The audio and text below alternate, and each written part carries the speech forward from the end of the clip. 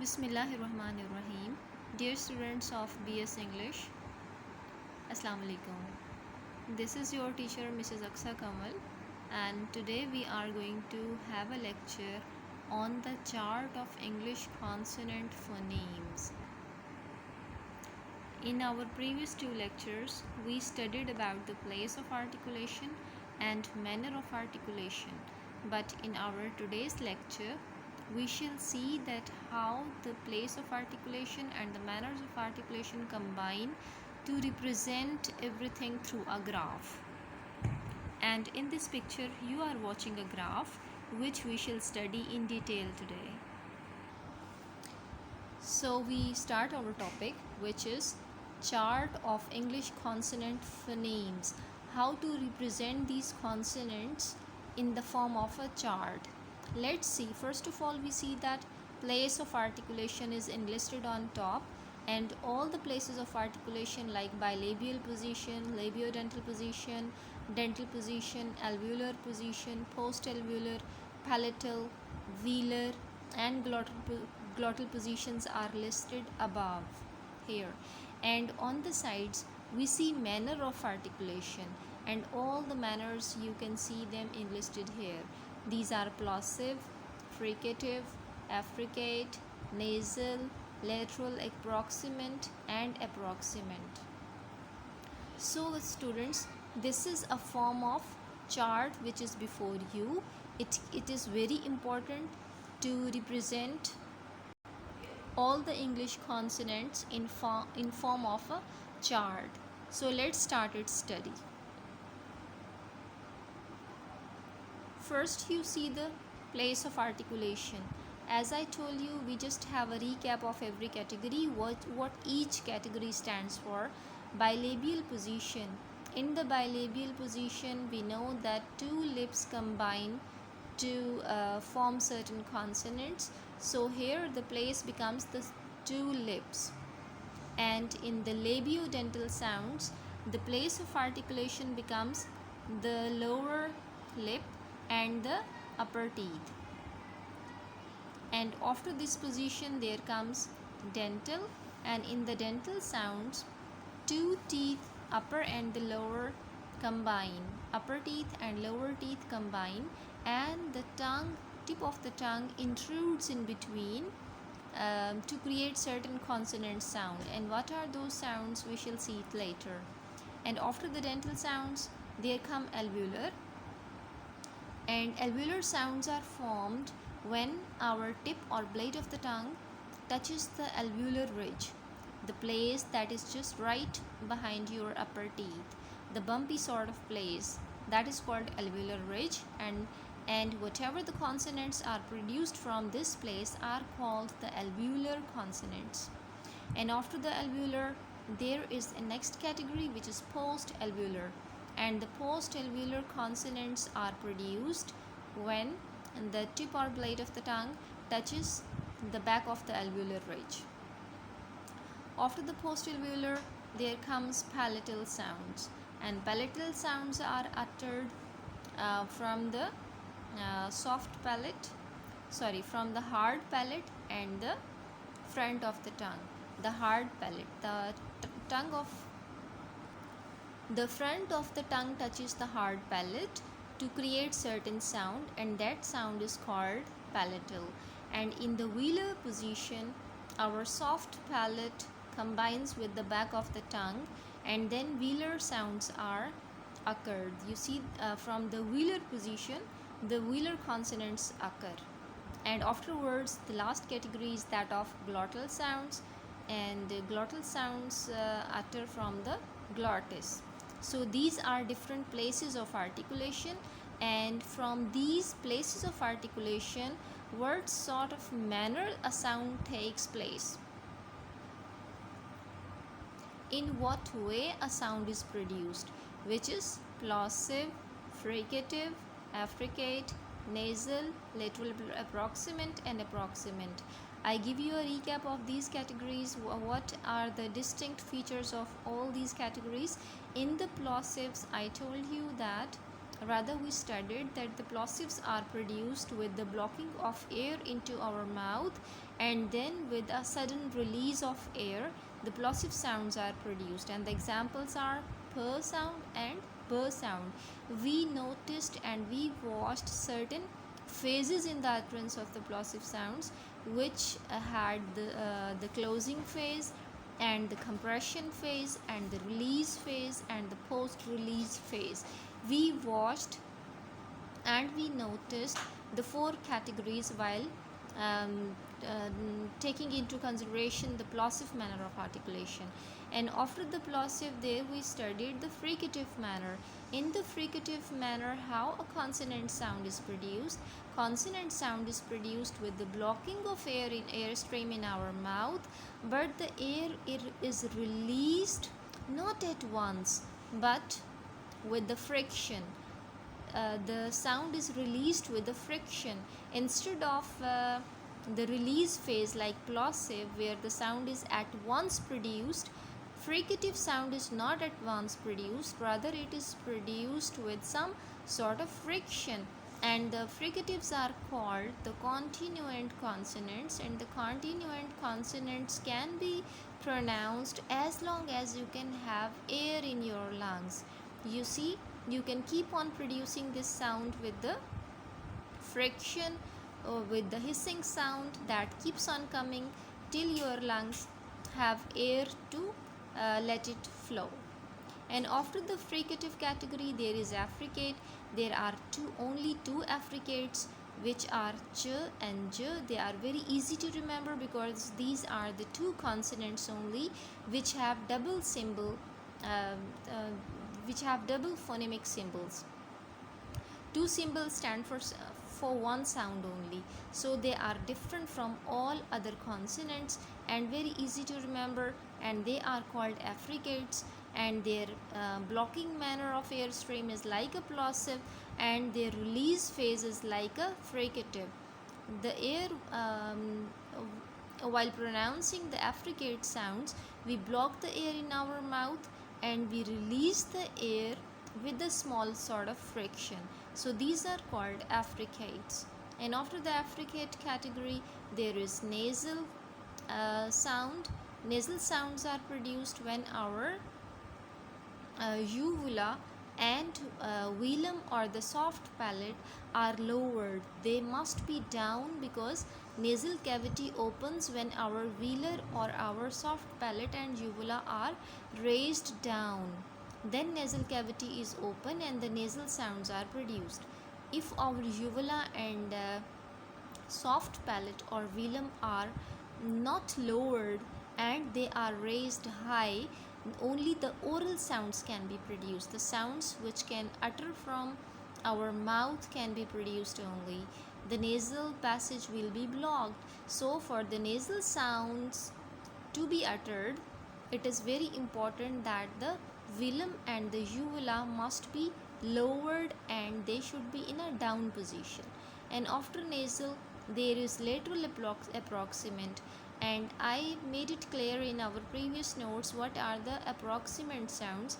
In the approximant sounds, the place of articulation is not completely blocked, okay, like in the bilabial position is there. In the bilabial, certain consonants are there which are produced with compression of two lips, and then the combination of lip and teeth, and then the combination of upper and the lower teeth, and the combination of the tip and blade of the tongue with that of the alveolar ridge.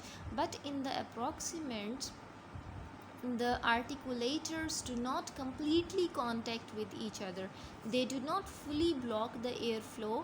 Rather, our mouth is in almost the open position and the airflow is rather open while uttering these sounds. So that is why this l sound is called the lateral approximant, and the lateral approximant is only l because while touching or while creating the l sound, our blade of the tongue or tip of the tongue combines the alveolar ridge, and while this position is taken, the sides of our tongue are empty and air can be flow out from them very easily. For this feature they are called the literal approximant, and afterwards there are more approximants which include w sound, r sound and y sound, because in the production of all these approximants the articulators are not completely blocked. They are produced from different places of articulation, and we shall study them in detail. So first I have given you the introduction about different categories which you just studied them in detail in our previous lectures,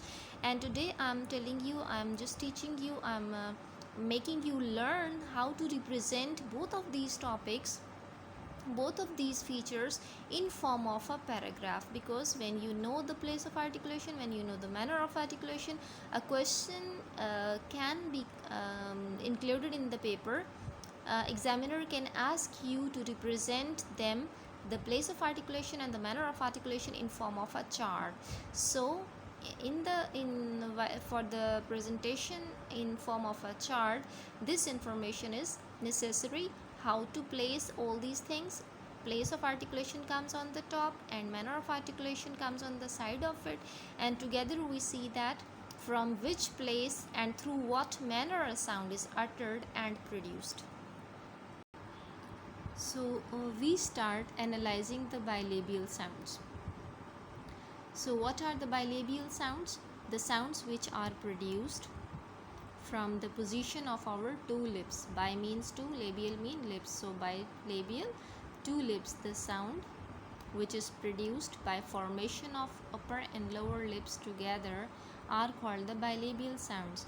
And you see, this is bilabial is a place of articulation, and when the bilabial mean two lips combine, then in what way and in what manner the sound will be produced. So first we see when the bilabial position is taken by the articulators, how the plosive sound is produced. Let's see. Bilabial plosives are p and b sounds, because in the p and b plosive sound is produced. And what is plosive? Plosive sound is blocking of the air in our mouth and then production of the sound at once after release of the air from the mouth. You see, we compress the air, we close the air in our mouth, and then we at once produce it. With the plosion, the sound is released. B, p, b.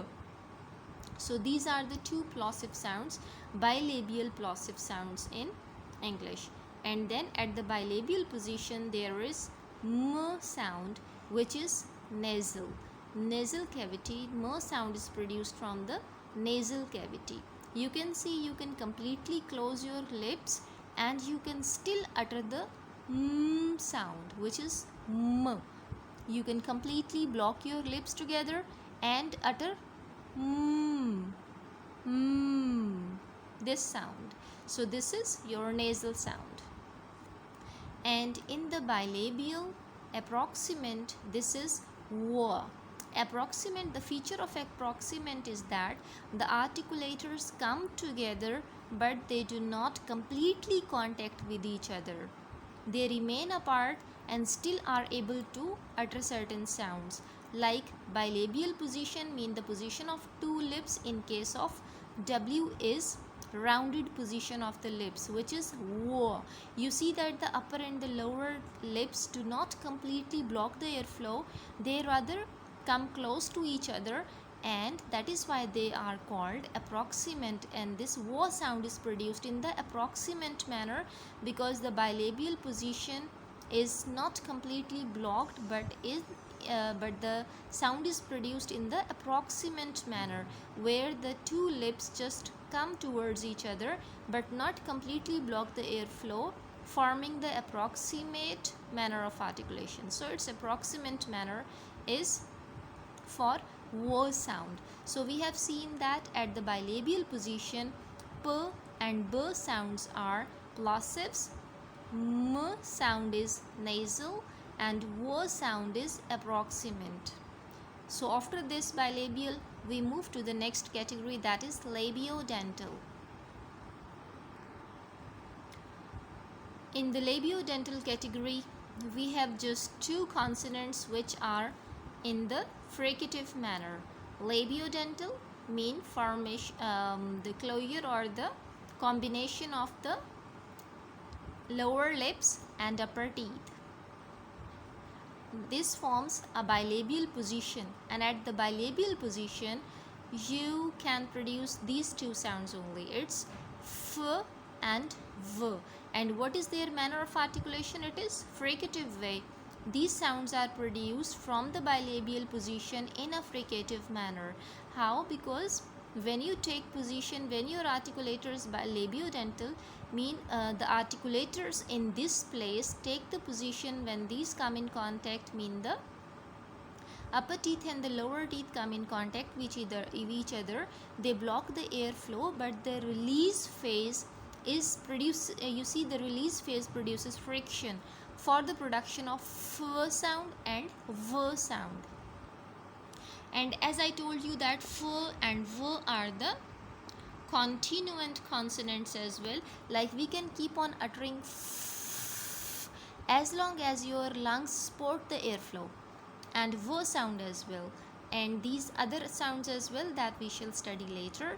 But in the bilabial fricative position, labiodental fricative position, you have f and v sounds. So these two consonants f and v are at the place of labiodental, and they are uttered in the fricative manner. Now we see the dental category. In the dental category, we see that there are no plosives because the upper and the lower teeth combine, but they are unable to create some plosive sound. So the next sound is fricative, which is produced by the dental position, and these two sounds are th sound and the sound, and th and the dental sounds are these, and the upper and the lower teeth come in contact with each other, and the tip of the tongue intrudes in between them, and the th and the sounds are released with some friction. Mean you can hear th and the sounds. So these two sounds are produced with some friction. Students, now we see the alveolar position, and in the alveolar position we see that t and d are the plosive sounds. In the utterance of t, our tip of the tongue touches the alveolar ridge and completely blocks the air, and at once t sound is produced without any friction. So that is the plosive sound, and same is the case with the d sound as well. When you pronounce it, you can note the utterance by yourself, that the article through the articulators this sound is produced in a plosive manner. And after t and d alveolars, there come s and z. As you see the friction in the production of s and z sound, you can see the friction, you can note it down. And after the fricative, next alveolars are n sound, which is nasal, n, and then l, that is lateral approximant. All these consonants are occurred at the alveolar position, and their manners are different, so they are categorized accordingly. And our next place of articulation is post alveolar, and in the post alveolar, just behind your alveolar ridge, there is post alveolar position, and when our tip of the tongue and blade of the tongue touches the post alveolar position, these sounds are produced, which are sh sound and j sound. In the production of sh sound and j sound, you can see that these sounds are fricatives because they are produced with the consecutive hissing sound, sh and z sounds. So these are fricative sounds, post alveolar fricative sounds. And after fricatives, there are at the same position, post alveolar position, there are affricate sounds, which are ch and j.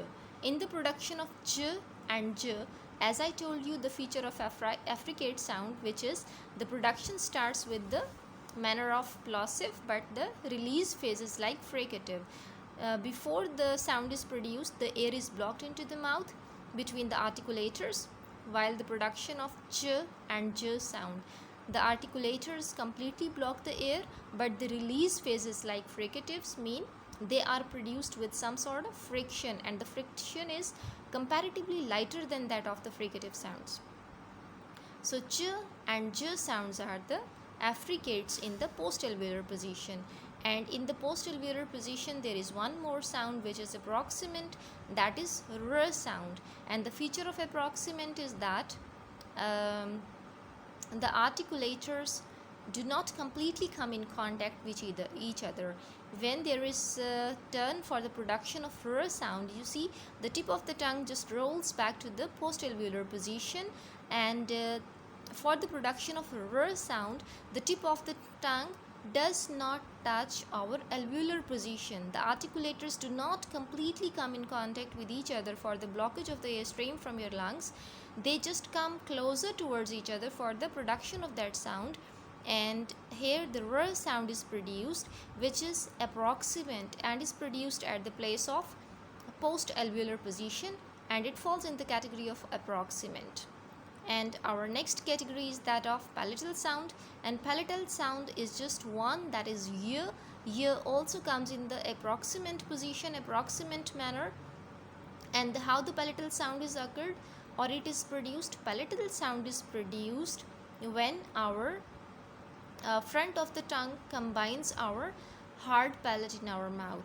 The front of the tongue and the hard palate combine. You see, the front of the tongue raises to the palatal position but not completely blocks the airflow, and when that position is taken by the articulators in the approximant manner, that sound is produced. This is y sound, as you can see in the production of yes and yellow. So you see that y sound comes in the category of approximant manner.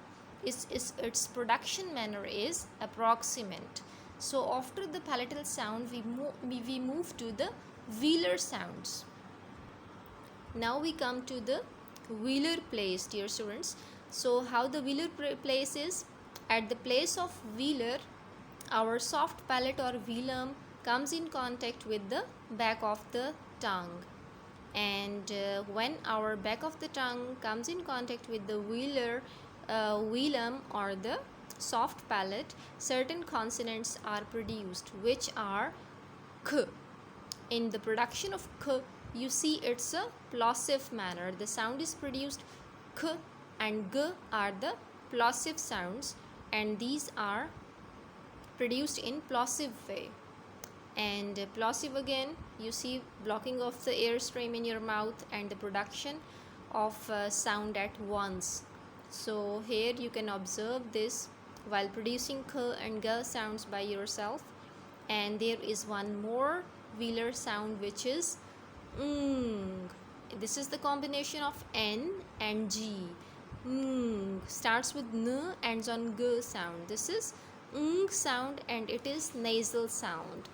At the place of velar, this is nasal sound, comes in a nasal manner.